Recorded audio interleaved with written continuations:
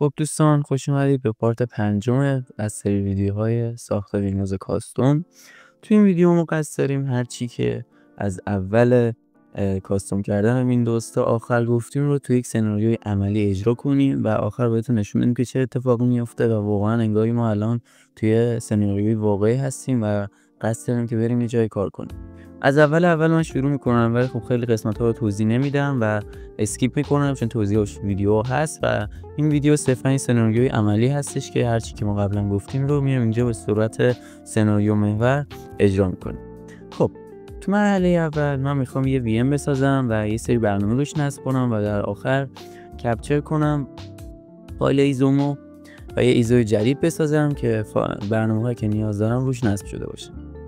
خب اینجا من همیشه استیک رو بهش میدم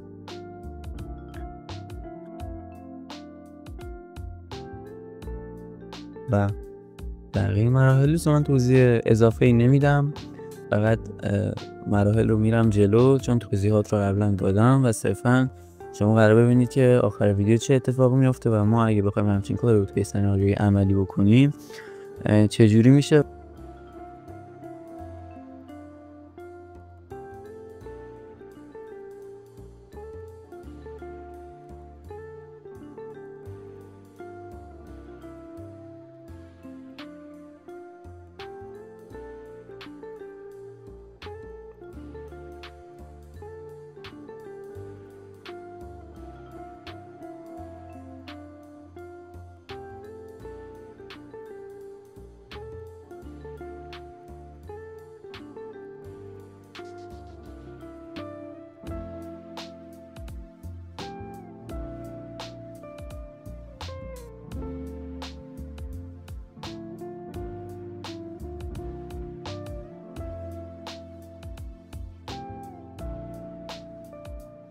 خب وی ام اومد بالا، شروع میکنم برنامه‌های مورد نیاز نصب کردن. حالا من اینجا اول وی ام ورتون رو نصب میکنم که کارم راحت‌تر پیش بره.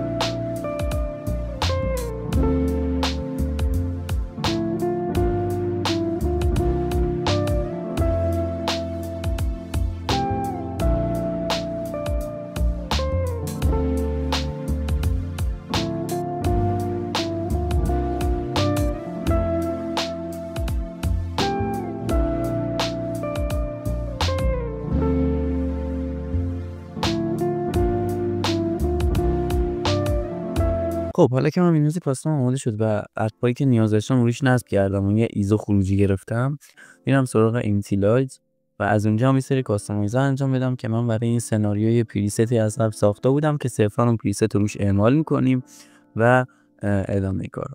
میام اینجا ایزو رو بهش میدم و توضیح خاصی نمیدم و همینجوری ویدیو رو سریع میذارم تون بره که وقت شما هم گرفته نشه.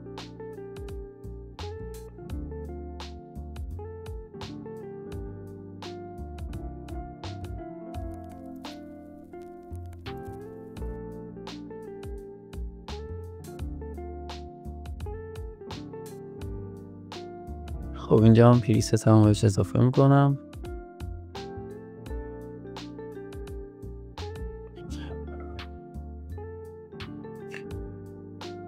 تغییراتی که دادم اینجا مشخصه و منم سراغ اپلای و میزنم که تغییرات رو روی ایزوی من انجام بده.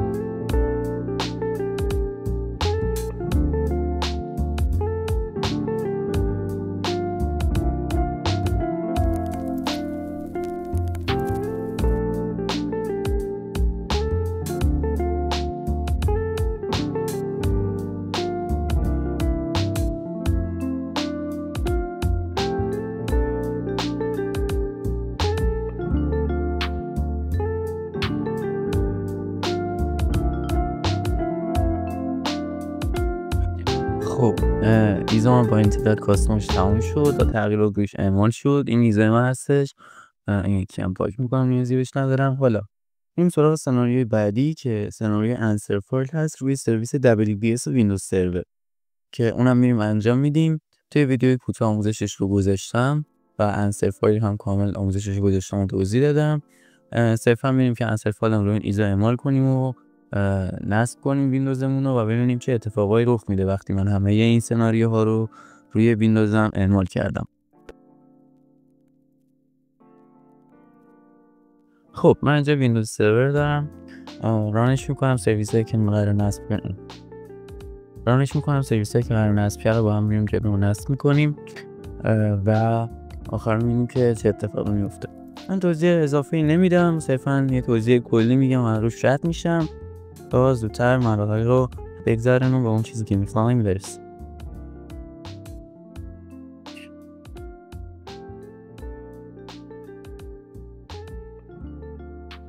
خب اول از همه برای نصب سرویس ADDS به اختلال نخورم من اینجا میام یه IP سابق برای خودم تعیین کنم که تو این قسمت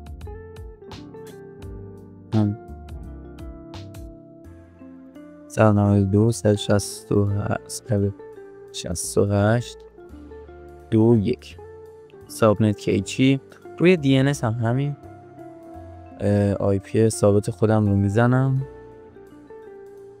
و اوکی نه یه دیزیبل انیبل میکنم. خب الان DNS من و IP من ثابت شده و مشکل نخواهد بود. الان من از اینجا یه دونه اکتیو دایرکتوری نصب میکنم، اکتیو دایرکتوری دامین سرویس. بله نکست و نستر صبر میکنم که نصبش تموم بشه تا بریم سراغ کانفیگش.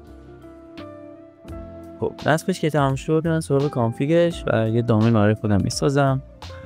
نصبش رو بیاد لوکال.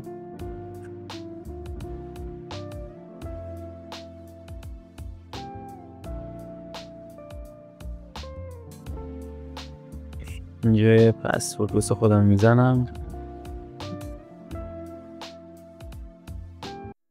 نکست. اینجا من دیامنت رو ست کردم از اون ور. نکست. تغییر خاصی دیگه تو زیاد نمیخوام بدم و من صرفا همه رو نکست میزنم. نکست.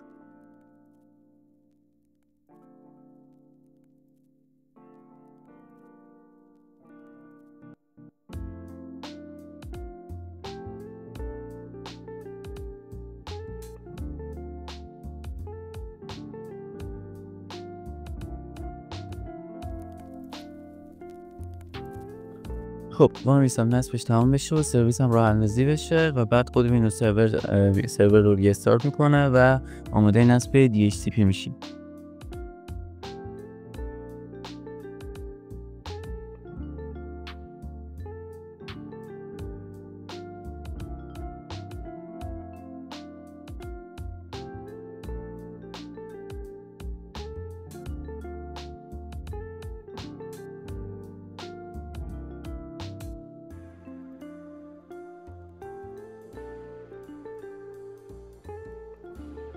خب اینجا میام من اول DHCP رو برای سرویس AWS هم اتورایزش میکنم.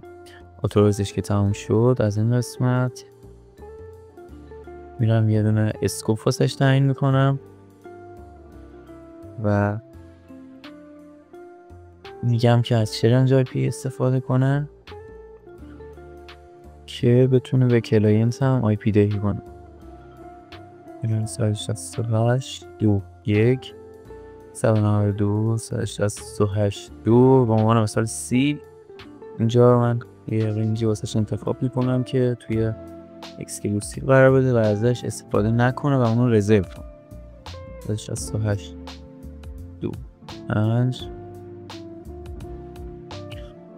next.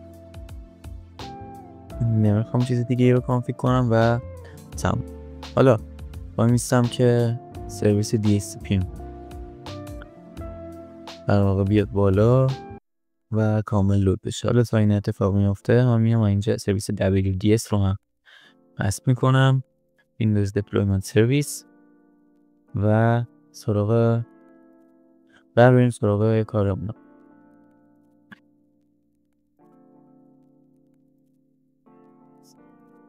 خب سرویس WDS هم نصب شد. من از اینجا میام یه ایزویی که کاستوم کردیم رو میزم این و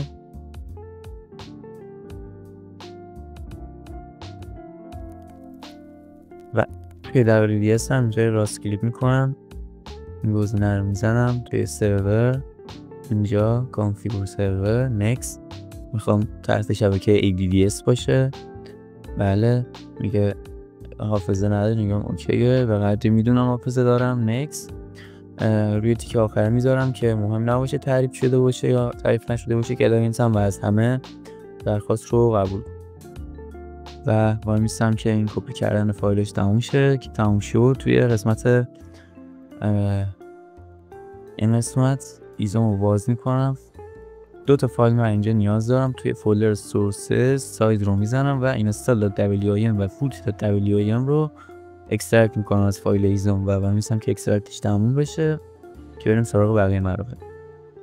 خب اکسترکتش که تموم شد توی این قسمت تو WDS install.image یه دونه ایمیج بهش میدم، میگه گروه بساز، اسمش این باشه، فایل هم بهش میدم و next و وای میستم که این ایزوی من رو اد کنه. خب این قسمت که تمام شد تو بوت ایمیج هم میرم یه دونه بوت ایمیج بهش میدم و بوت ایمیج خودم رو بهش میدم، اسمش رو هم دیفالت میذارم باشه، نکست و منتظرم که این هم اکسترکتش تموم بشه تا بریم انسر فایل رو هم بهش اد کنیم. اکسترکتش که تموم شد انسر فایل خودم رو از اینجا کپی میکنم و اینجا پیست میکنم. توی این قسمت توی بخش اینستال ایمیج راست کلیک میکنم روی ایمیجی که اد کردم، پراپرتیز رو میزنم و اینجا میبینید که یه گزینه داره که ایمیج تو اینستال آن اتندد مود، اینو میزنم و فایلم رو بهش میدم، اوکی، اپلای و اوکی. برای احتیاط من سرورم رو یه بار ریستارت میکنم که همه سرویس هم آماده به کار بشن که بریم سراغ بقیه مراحل و نصب ویندوز هم روی کلاینت. خب من سرورم اومد بالا و الان میریم که یه وی جدید بسازیم. توی این قسمت next و اینجا یه مقدار سخت افزاری من بهش میدم که مشکلمون حل بشه و از این قسمت حواستون باشه وقتی وی ام جدید میسازید بعد بیاین گزینه لند سگمنت و روی یه لند سگمنت بسازیم و روی اون قرار بدید و سرورتون هم روی اون لند سگمنت باشه که ارتباط بتونه برقرار شه. حالا من این سیستمی که جدید ساختم روی لند سگمنت هم گذاشتم، فینیش رو میزنم. تو قسمت سرورم اگه برم میبینید که اینم روی لند سگمنت مین هستش که باید جفتشون روی یکی باشن که ارتباط بتونه برقرار بشه. حالا من اینجا پاور آن فریمور رو میزنم، منتظر میشم که بیاد بالا، NVS میزنم و اینجا نتورک رو انتخاب میکنم و ثبت میکنم که کلاینت هم شروع کنه از سرور فایل رو خوندن. میبینید که همچین اتفاقی الان داره میافته و اینجا من یه بار دیگه اگه بزنم میبینید که ارتباطم با سرور برقرار شد و داره فایل بوت WIM هم رو از سرور میخونه و جلوتر میریم میبینیم و توضیحات بیشتری رو میدم بهتون.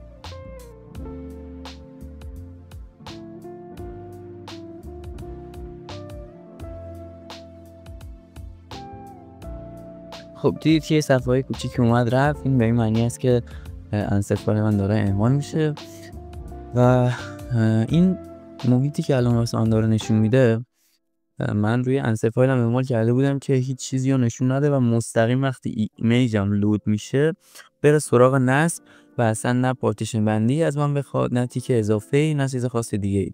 ولی الان چون من این سناریو رو روی WDS دارم اجرا میکنم، اون فرایندی که باید اسکیپ بشه اسکیپ نمیشه، ولی ادامه فرایندها رو میبینید که چجوری اسکیپ میشه و چجوری کار میکنه. اینجا من نکست رو میزنم. یوزری از من میخواد که به سرور متصل شه و دسترسی نصب داشته باشه. من همون یوزر ادمینستریتور رو واسه اینجا میزنم و ادساین mti.local که میشه اسم دامینه.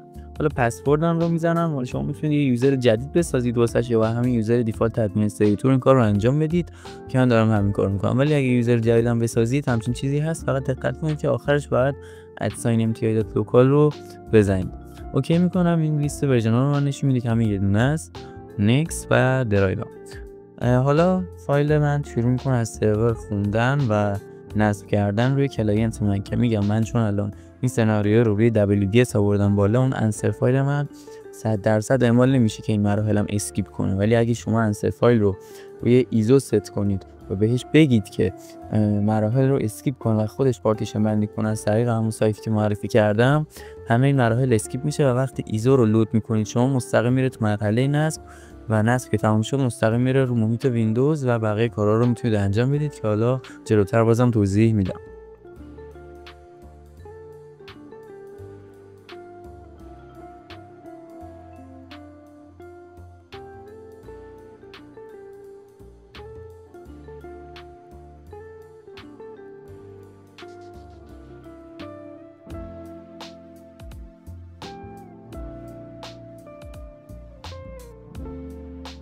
دوستان رسیدیم به آخر ویدیو و من توی ویدیو همه سناریوهایی که گفته بودیم رو به صورت عملی تست کردیم. ویندوز رو اول با برنامه‌هایی که خواستیم کاستوم کردیم، بعد با امتیلات تغییرات روش دادیم و در آخر با سرویس WDS و انسر فایل روش تغییرات ایجاد کردیم که میتونید ببینید الان چه تغییراتی ایجاد شده و بالاخره ویندوز من اومد بالا و میتونم بگم که این راه یکی از بهینه‌ترین راه‌ها هستش برای اینکه شما بخواید جای کار کنید و همچین سناریویی داشته باشید که فردی به شما بگه کلاینت های منو کانفیگ کنید یا ویندوز های منو عوض کنید و اون حالا سازمان سطح سیستم داشته باشه و شما با این روش میتونید کار خودتون راحت‌تر کنید، یه کار تمیز و شکل بهشون تحویل بدید در کل. و اینکه ممنونم که همه این 5 پارت رو تماشا کردید و با تموم کردن ویدیو سناریوی کاستوم کردن ویندوز هم تموم میشه و اگر عمری باشه ادامه ویدیوها سناریوهای دیگر رو با هم انجام میدیم و موضوعهای دیگر رو با هم بیان میکنیم و مطرح میکنیم. ممنونم. خسته نباشید.